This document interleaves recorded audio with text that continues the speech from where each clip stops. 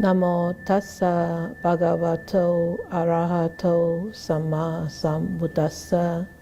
Namo tassa bhagavato arahato samma sambuddhassa. Namo tassa bhagavato arahato samma sambuddhassa. So there are not many questions, but there's one question, which Nora put it forward for asked me about this. She said, "I'm wondering about why vipassana emphasizes not focusing or concentrating on the breath as the object, and instead on scanning the body. But we seem to mainly use the breath as the object. Maybe scanning the body is the larger object, so easier to focus on and ground us. Then focusing down to the breath concentrates your attention." So this is actually it's actually a very common question that people have. I wouldn't say that vipassana emphasizes not focusing on concentrating on the breath. But remember, vipassana, which is the oldest of all Buddhist meditation practices, is a very common term. It's a very general term. It's really not a very specific term. But because nowadays, in the last 20 years or so, or 30 years or so, a particular type of vipassana is being very popular throughout the world, and they have many meditation centers, and it's in the tradition of Mr. S.N. Goenka. So there is a lot of, I could say there is misunderstanding about this whole thing about vipassana. Is only that type is called vipassana meditation. No. Let me give you I think it's a very good example. I'm speaking English, and you speak English, and you speak English, and you speak English, and you speak English, and you definitely, with all these TV's little squares, you speak English. But sometimes I have a British accent. Sometimes I have an American accent. And Tissa and Mali has a Sri Lankan accent.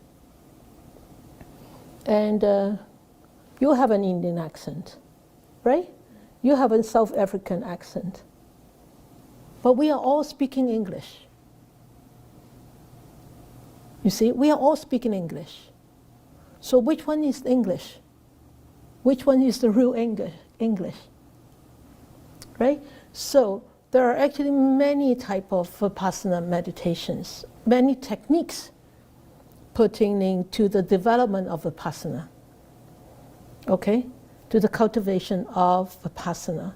So there are actually many techniques, varies between whether focusing on breath more or focusing on breath less. And even using breath could be very different too. You know, some vipassana meditation centers, I'm not talking about the Goenka type.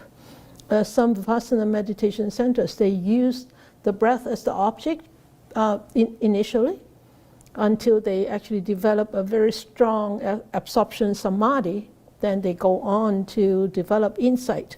But before that, when they use the breath, they don't just use the natural breath. Some of them, they use forced breath, like really deep breath in, force. And one of my Dharma sister actually practiced that tradition. And so there, as I said just now, we are all speaking English, but yet we are speaking a little different type of English, right? A little bit different, because of our background, because of our nationality, because of how we were taught, how we learned that English. So do not misunderstand about only that type of vipassana is vipassana. Okay? That is a very common misunderstanding, especially among the S.N. Goenkaji's meditators. They think that only that type is vipassana meditation. Because why? Because they encountered that meditation. They encountered that meditation, but yet they don't explore about deeper into the Buddhist teachings. So sometimes they could really have that kind of misunderstanding. So vipassana is the oldest of the Buddha's meditation techniques, and the vipassana meditation actually, this technique it actually comes directly from the Satipatthana Sutta, the 4 foundations of meditations. So it is a direct but very thorough cultivation of both mindfulness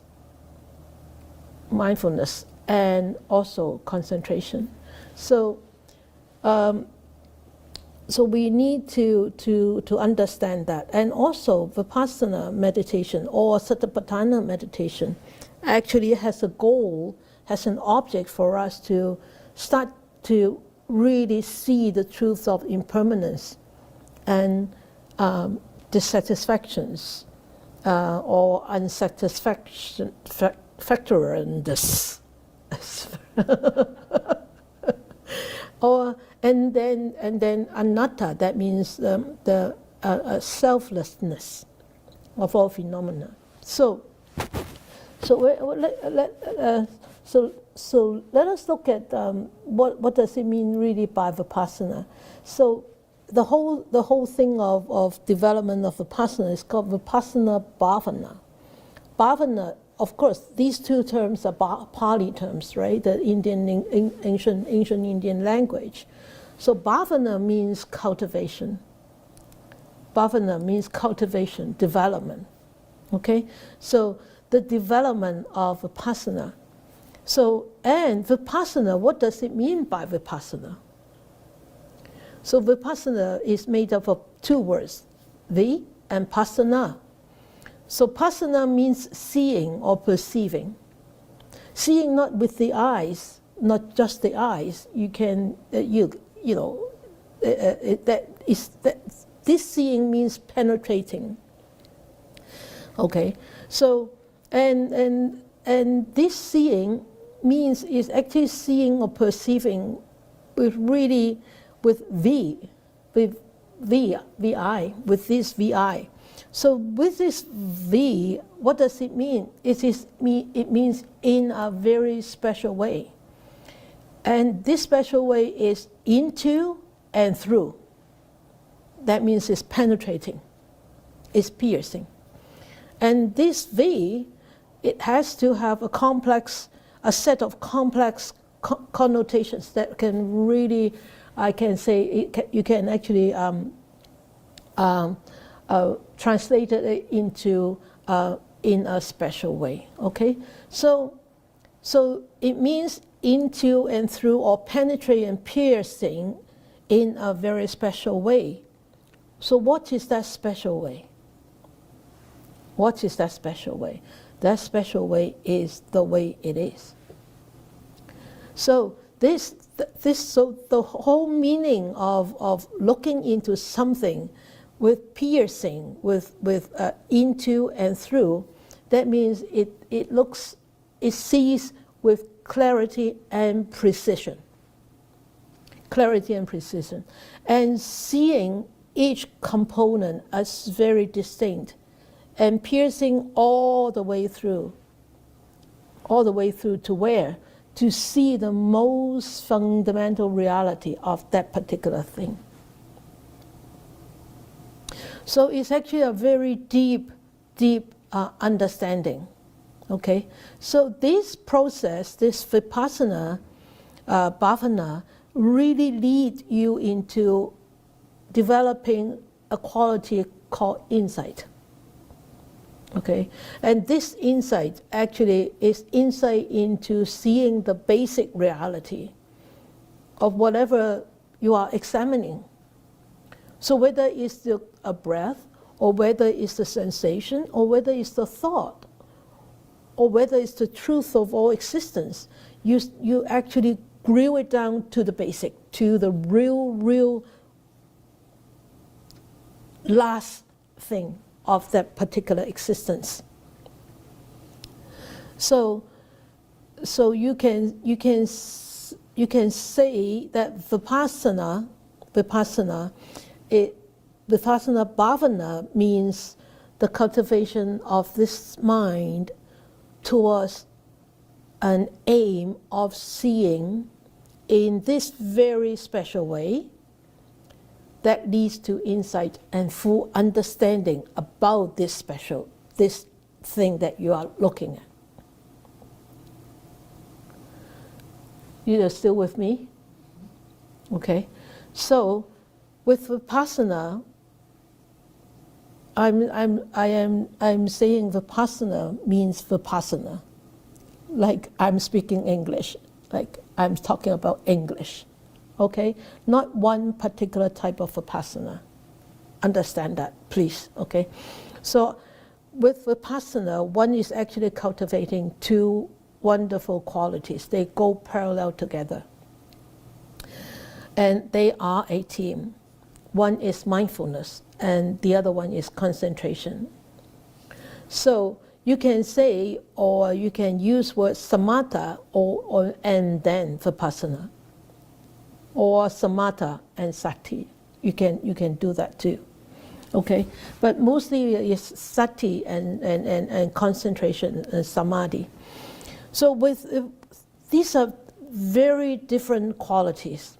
They are different functions. Sati and samadhi, or mindfulness and concentration, are two very, very different functions. Okay. So with concentration, what it means is one-pointedness of the mind, very focused to one-pointedness. Just like some people use an analogy of using a lens.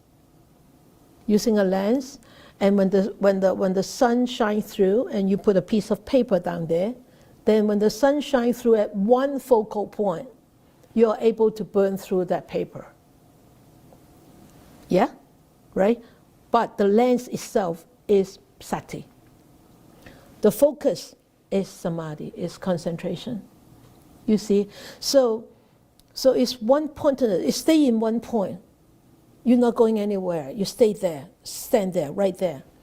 But mindfulness is a very, very delicate quality. It notices things. It doesn't need to be here. It doesn't need to be one-pointed. Okay, so it's just like an owl. We are just like an owl. If we are very mindful, we're just like an owl. The head can turn 360 and notices things. But it's not one-pointed. So it's sort of like a bigger, like scanner, like bigger space, right? So with mindfulness and concentration, they differ in here. So mindfulness picks the objects of attention and notices when the attention on that object starts to slip away, or whether it stays there. Right? But with concentration, it provides, when you're so concentrated, when you're so concentrated on one object, it provides that power. You keep that mind, because concentration gives you that power. So you can pin your mind on one particular spot. So some of you have taken this Goenka vipassana, and you are aware that when you practice a little bit more, he asks you to focus in one point to observe your breath. That means you try to actually develop concentration, develop this focused mind. Okay, so mindfulness and concentration, they really work hand in hand together. They are friends. They work as a team. But mind you, this concentration doesn't mean that it is any type of concentration. It is a wholesome concentration. The correct kind of concentration is the right samadhi. Okay? It's the samma samadhi. It's the correct kind of concentration. So, is there any incorrect kind of concentration? There is. Like people shooting guns. They are concentrated in shooting the target. That is an unwholesome concentration. That is not samma samadhi. That is just, it could be just samadhi.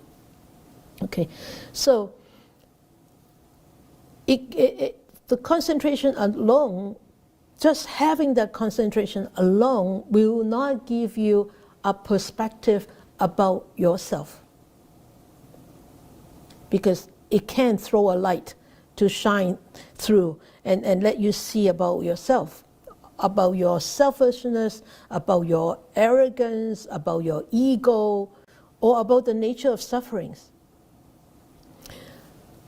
But with mindfulness, it can help you to go to that state, to go to that scope. So those of you who have taken the 16 steps, you should be able to remember when during the first 3 tetrads, we start to be mindful of the breath and gradually building up this concentration.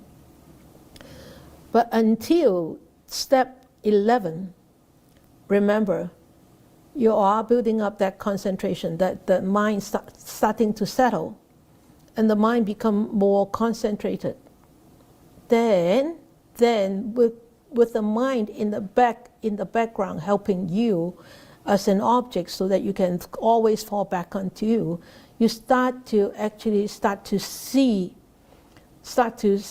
how you are being tricked by your own mind. Because the mind starts to calm down, and the mindfulness become what? Brighter, like what I always said. You are actually below the ocean. All the waves are up above you, and you are sailing in a little bit lower than the waves. So you are actually able to see, oh, there are waves there. And those are the tricks. And then you started to develop this concentration, and then what is the next, the 4th tetrad tells us to do? 13 to 16. What does it tell us to do? It tells us to dive into watching, understanding, experiencing impermanence. Right?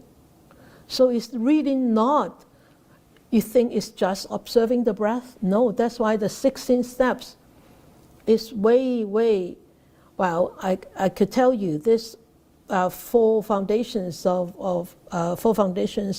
meditation or satipatthana actually become a deeper or more advanced tool in the 16 steps in the Anapanasati.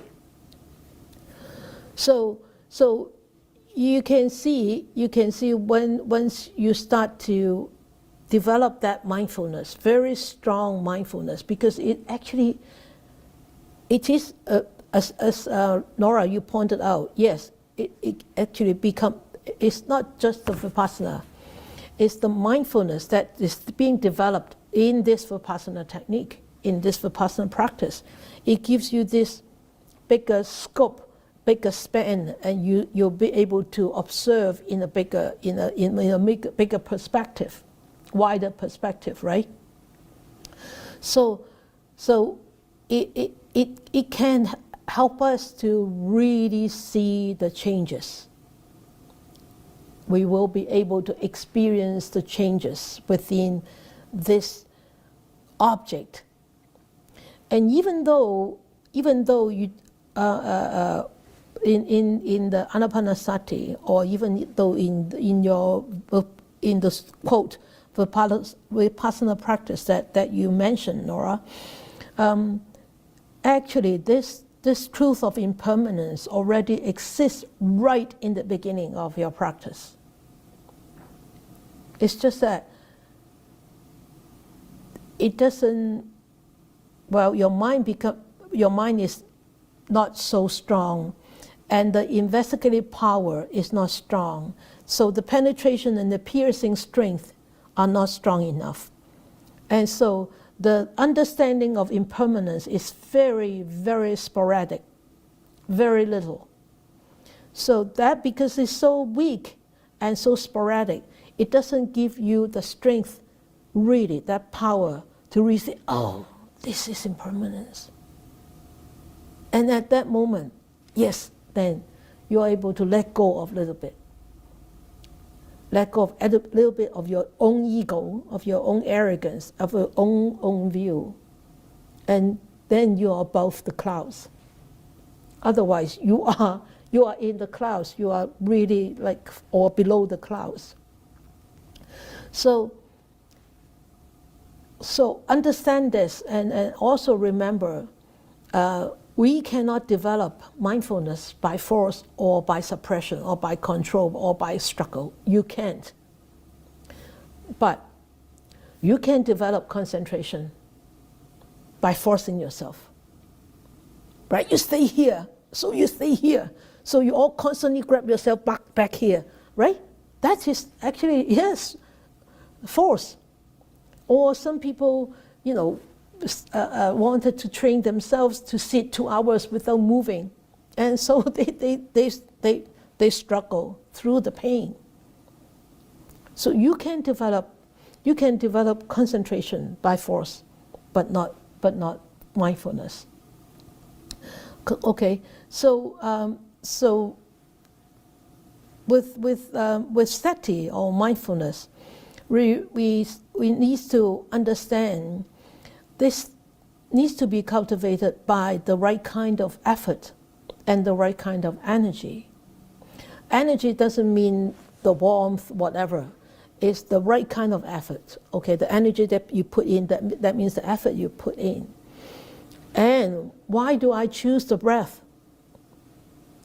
Why do I choose the breath to develop that mindfulness, or to teach about developing this mindfulness? Because the breath is there, and the breath is a wonderful tool, and the breath can help you to really understand so much more. And also the breath also has sensations there, and also it has its own dharma there, and also the chitta is in there, the mind is in there. So the breath is a wonderful object. And also the breath is a source of energy. As I always say, the breath is the support behind the scene. We can always rely on the breath to get ourselves grounded. We can always rely on the breath to help us to settle down.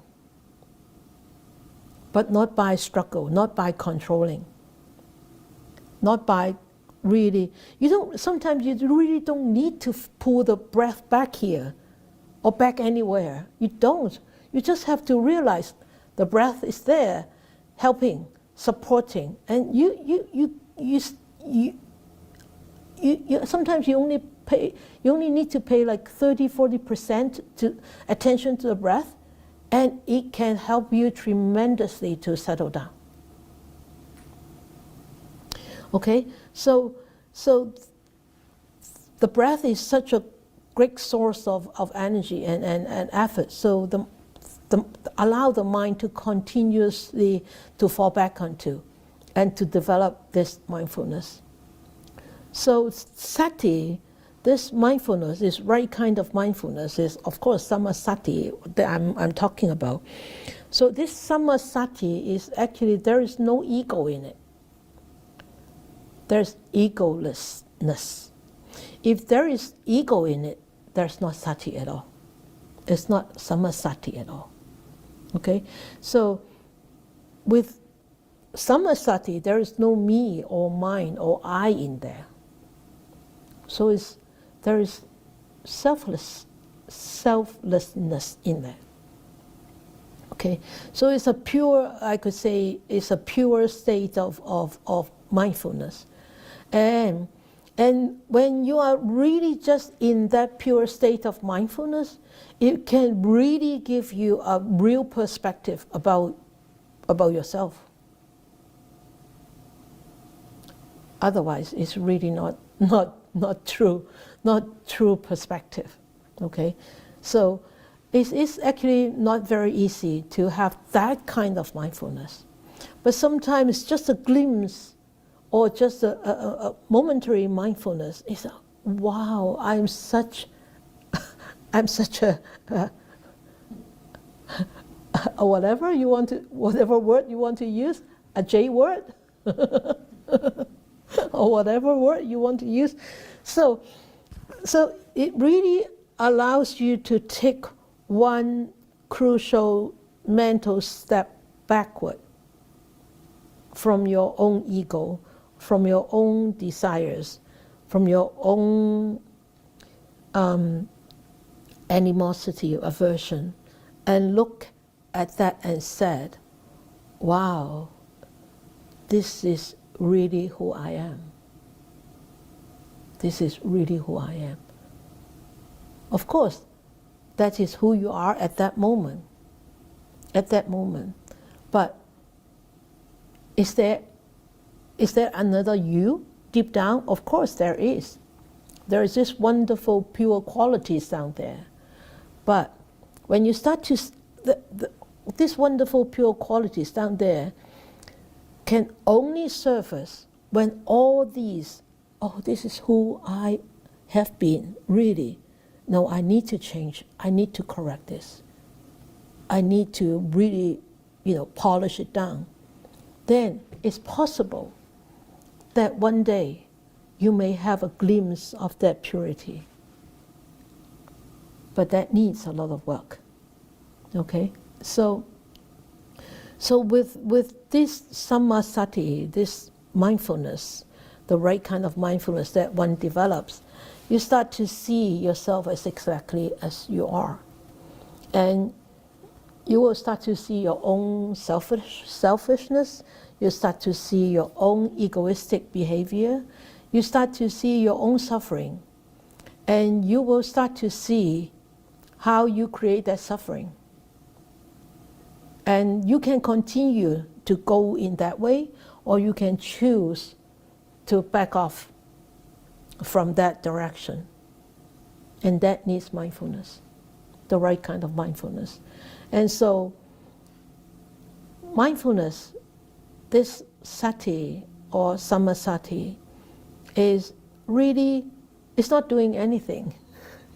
It's just sitting there, noticing, and looking, and simply looking, and not doing anything. So when you are actually in that mindfulness state, you're not doing anything. There's no you, no I, no me in there. So there is no desire, no aversion, no judgment, nothing in there. You're just being mindful. I tell you, it's a wonderful moment that you are when you're able to do that. You're so detached. You're so above the clouds. Everything is so clear. And you will not be hurt. You will not be disturbed. You will not be angry. You will not be depressed. You will not be anything. Because that mindfulness is so strong, it allows you to stay continuously being mindful. Because in mindfulness, in pure, clean, quiet, correct type of mindfulness, aversion, personal ego, arrogance doesn't exist at all. If any of those exist, that means there is not mindfulness. Okay? So mindfulness has a very broad and large function than concentration. So it is an encompassing all function. It has an encompassing all function in there. So I can use a very simple term is concentration is exclusive because it's one-pointedness. But mindfulness is inclusive, right? So we can see the difference between them. And concentration will lead you to, yes, peace and calm. You feel bliss, calmness. So that kind of calmness is actually very blissful. You feel sort of elated sometimes. But mindfulness helps us to really develop into this insight and starting to see this impermanence. And when one starts to see this impermanence, hopefully one will be able to detach a little bit more from its own view, on desires, on attachments, on egoistic reactive behavior. So mindfulness can make us free, whereas concentration make us more focused. And sometimes with just concentration, you can be less free. Because why? You start to attach to the blissful experience. So I hope that with this you understand a little bit more about mindfulness and concentration and about vipassana. So with mindfulness and concentration working together, it will result in insight and understanding. Okay, so Nora, with the vipassana that you have experience with, they do still use the breath, but they don't actually emphasize that much. So that 1/3 of the time they actually spend on observing the breath, and 2/3 of the time they spend on developing this sort of insight. But whereas I like to use the breath as the object, because even with the breath, we can still know what's going through the body, what's going on with the breath sensations or the body sensations, and we could still go through the understanding of the Dhamma and the citta about the mind with the breath. So that's why I myself really prefer using the breath, and that's why I teach using the breath. So mindfulness, sati, correct sati, the right kind of mindfulness, samasati, is really the center point of vipassana practice, which is being supported by samadhi.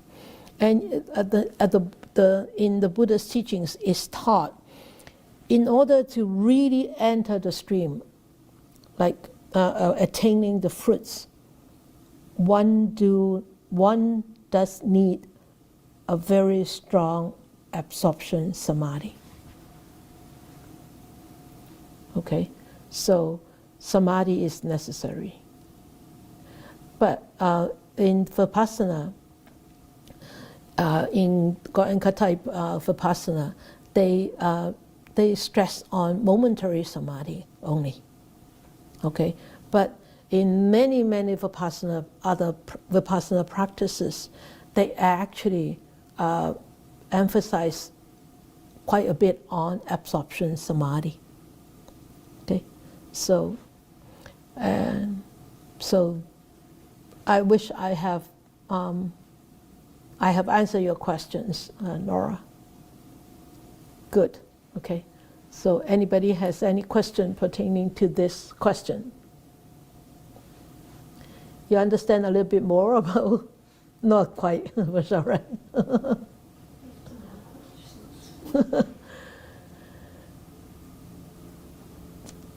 No? You have question, Kwok? You look doubtful. Okay? So, no? All right. You do? Okay. All right.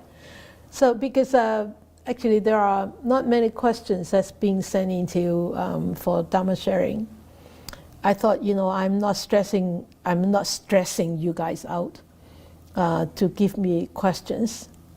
But if you do have questions, please do send them in. I will still answer them. I will still, you know, we will still explore your questions during Dhamma sharing sessions, each monthly session. But I have,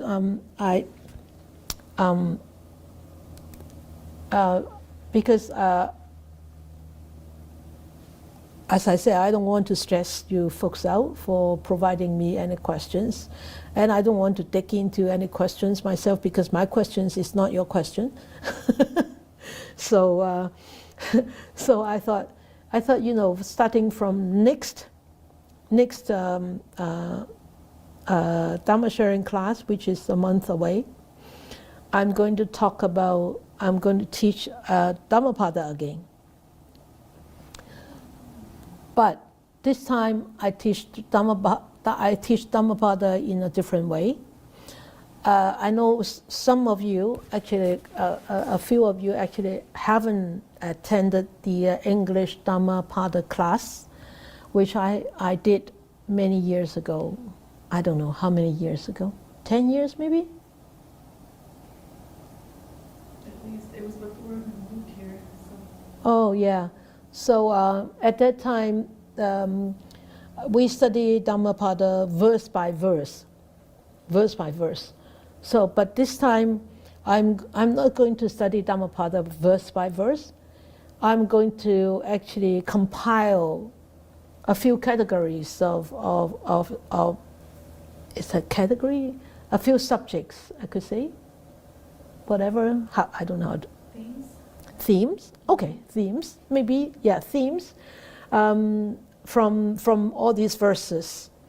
And so I may not be able to finish one theme in one session, but I will, you know, I will try to ask you to read those verses first beforehand, then we can discuss that theme, that particular theme. I think that would be more interesting because in Dhammapada, there are actually many repetitions in Dhammapada. And it spans over the whole book, whole sutta. So, so that's why I think this time I will change to actually use a few themes, maybe 5, maybe 6. I haven't really, you know, finished the compilation yet. I'm working on it. Oh, that's why we couldn't start tonight. I'm working on it. But I'm going to give you a little very brief introduction to Dhammapada, the Dhammapada, what does it mean? So Dhammapada is a very, very popular literature. And so popular, it becomes actually a world religious classic. And even non-Buddhists actually love the verses of Dhammapada because they are just like poems. Okay? And Dhammapada, all the verses in Dhammapada were composed in the very ancient Pali language. And it constitutes a very, very perfect compendium of the Buddhist teachings. It really encompasses a lot of Buddhist teachings in there. So, according to the Theravadan tradition, each verse in the Dhammapada was originally spoken by the Buddha in response to a particular situation, a life situation, okay, in the Buddha's time. So the teachings are very clear, very direct, and it actually inspires humility and reflection. So so much that it could become a really practical instructions. Okay.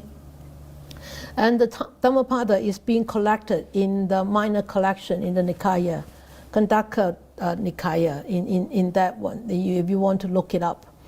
So the Dhammapada that I'm teaching, or I'll be using to teach, is the Theravadan tradition, not the northern tradition, the Chinese tradition.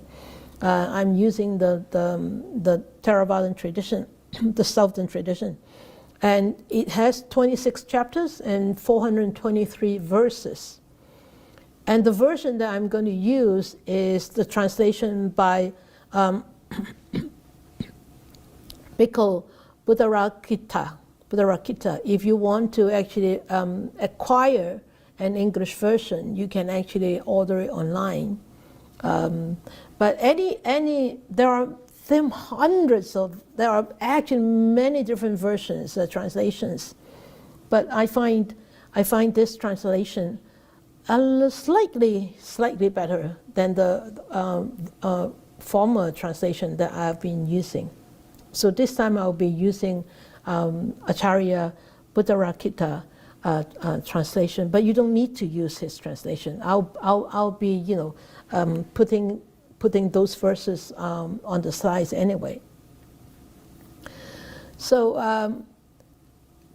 in the verses of Dhammapada, in all these 423 verses of Dhammapada, you can actually, I don't know about you, but when I read through it all the time, I really start to feel the teachings, the Buddha, the heart of the Buddha is really crystallized into his teachings.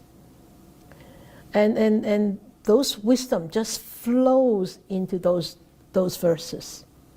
So I think each verse is really a profound teaching on how a right kind of living. Okay, so this I'll be using this, and the Buddha has actually pointed out that whoever earnestly practices the teachings will taste the bliss of liberation.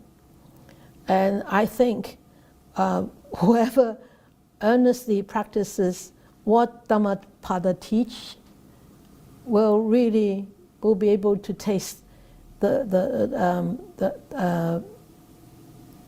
flavor of liberation. And as I shared with you many weeks ago, that when we gave the book to the inmates at the prison, and one of the inmates the next week, he said, if I would have practiced what the Dhammapada taught, I would be such a good person. I will become a better person. So, yeah, and so, it's really a wonderful, wonderful book. So, Dhammapada has been translated into many, many languages, and you can really see it online. Spanish, French, Turkish, German, Sinhalese, many. So tonight I'm going to give you a very short introduction about the word Dhammapada. So Dhamma, that means teachings of the Buddha, or the truth, or fair and correct. Anything that is fair and correct. And phenomenon.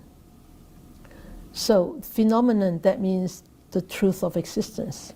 Any phenomenon that you can see the truth behind of its existence, that's Dhamma.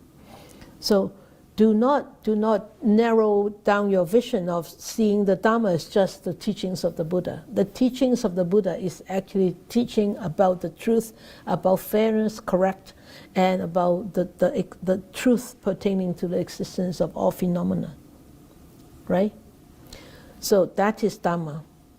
So what is Pada? What does Pada means? Pada means path, footprints. Or Pada means poems, gatha. Okay? So Dhammapada, that means the poems of Dhamma. Gatha, about Dhamma. Or the path of Dhamma, the path of practicing Dhamma, or the path to understand the truth, or a correct and fair path, or a path that tells you the truth pertaining to the existence of all phenomena. So that's the meaning of Dhammapada. Okay? So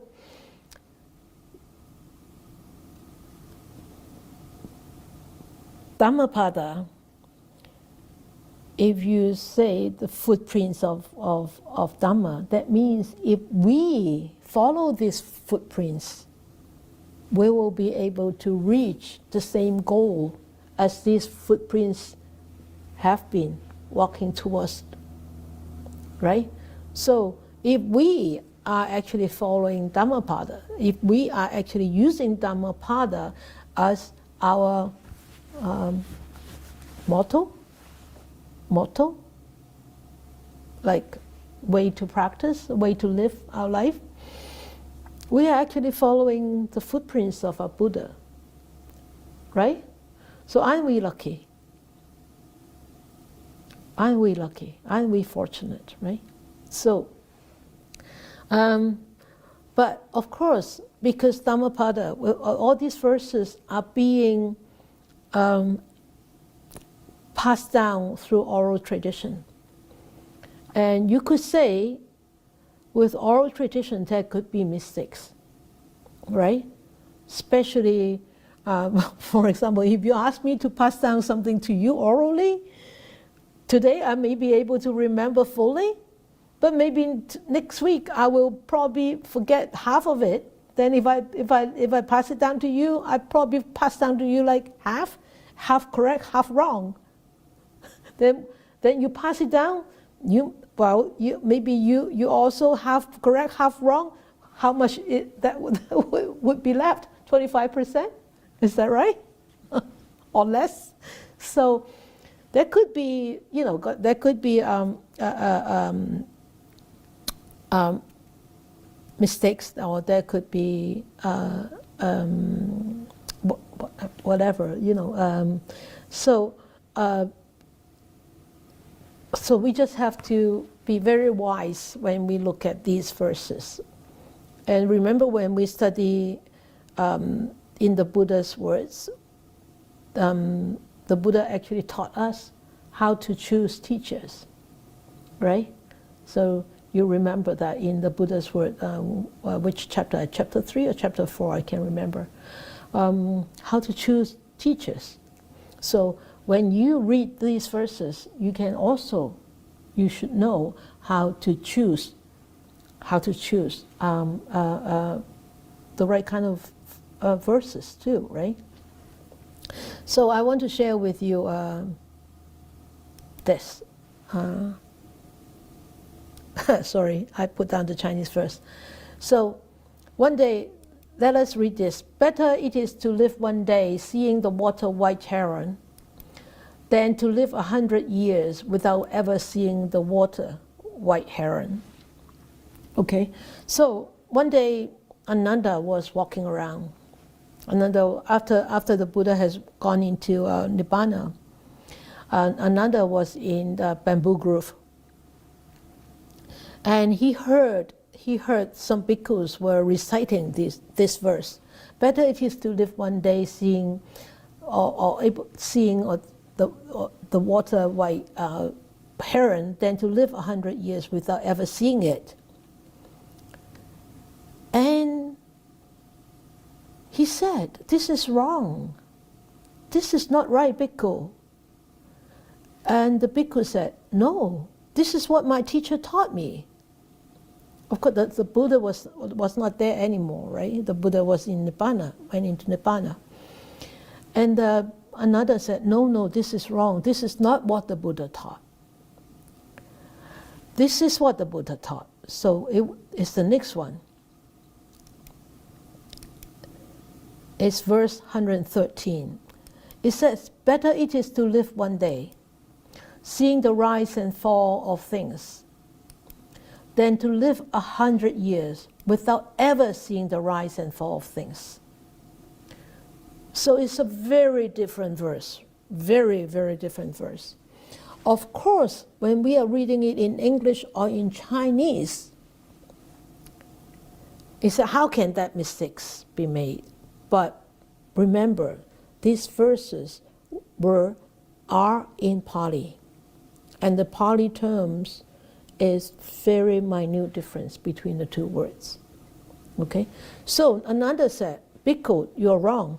This is what the Buddha has taught, and this is what I heard.